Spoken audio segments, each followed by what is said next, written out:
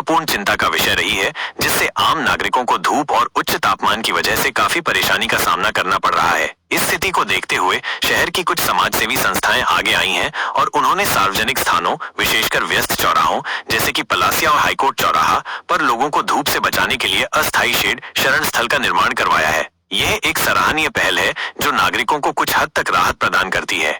हालांकि इन शेडों के निर्माण के साथ साथ एक दूसरी समस्या भी सामने आई है। कुछ संस्थाओं ने इन शेडों की संरचना का उपयोग विज्ञापन लगाने के लिए किया है। इन विज्ञापनों में उनकी संस्था का नाम, लोगो या किसी प्रायोजक का विज्ञापन शामिल हो सकता है। नगर निगम इंदौर ने इस गतिविधि पर आपत्ति जताई है। नगर निगम आयुक्त शिवम वर्मा ने इस संबंध में सख्त रुख अपनाया है और संस्थाओं को इन शेडों पर लगे विज्ञापनों को तत्काल हटाने का निर्देश दिया है। आयुक्त वर्मा का तर्क है कि सार्वजनिक स्थानों पर इस प्रकार से विज्ञापन लगाना नगर निगम के नियमों का उल्लंघन है। उनका कहना है कि यदि संस्थाएं स्वेच्छा से इन विज्ञापनों को नहीं हटाती हैं, तो नगर निगम स्वयं इन शेडों पर सफेद रंग करवा देगा, जिससे विज्ञापन स्वतः ही छिप जाएंगे। ये कार्रवाई नगर निगम की ओर से एक स्पष्ट संकेत है कि वो सार्वजनिक स्थानों के सौंदर्य और नियमों के पालन को लेकर गंभीर है।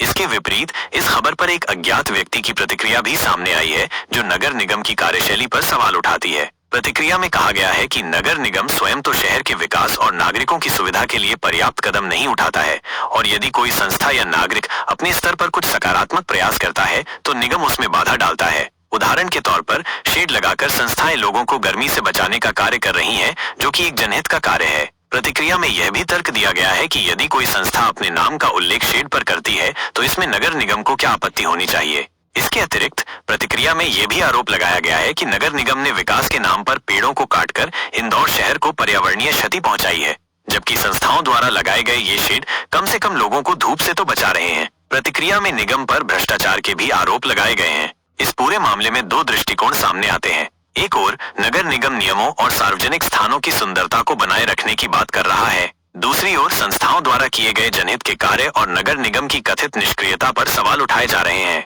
यह स्थिति एक बहस को जन्म देती है कि क्या जनहित के कार्यों में नियमों का कुछ लचीलापन बढ़ता जाना चाहिए या नियमों का कठोरता से पालन सर्वोपरि है।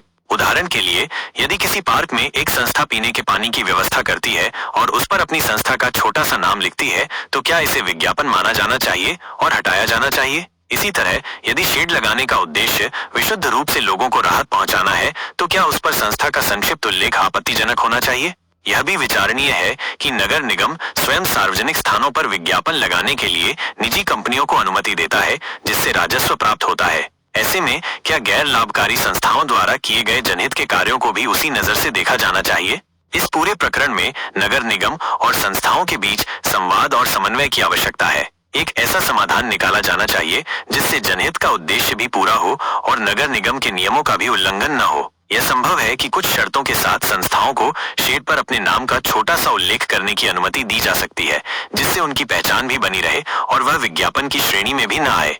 अंततः यह मामला सार्वजनिक हित, नियमों का पालन और नगर निगम की भूमिका जैसे कई महत्वपूर्ण पहलुओं पर प्रकाश डालता है। इसका समाधान इंदौर शहर के भविष्य में इस प्रकार की पहलों के लिए एक उदाहरण स्थापित कर सकता है।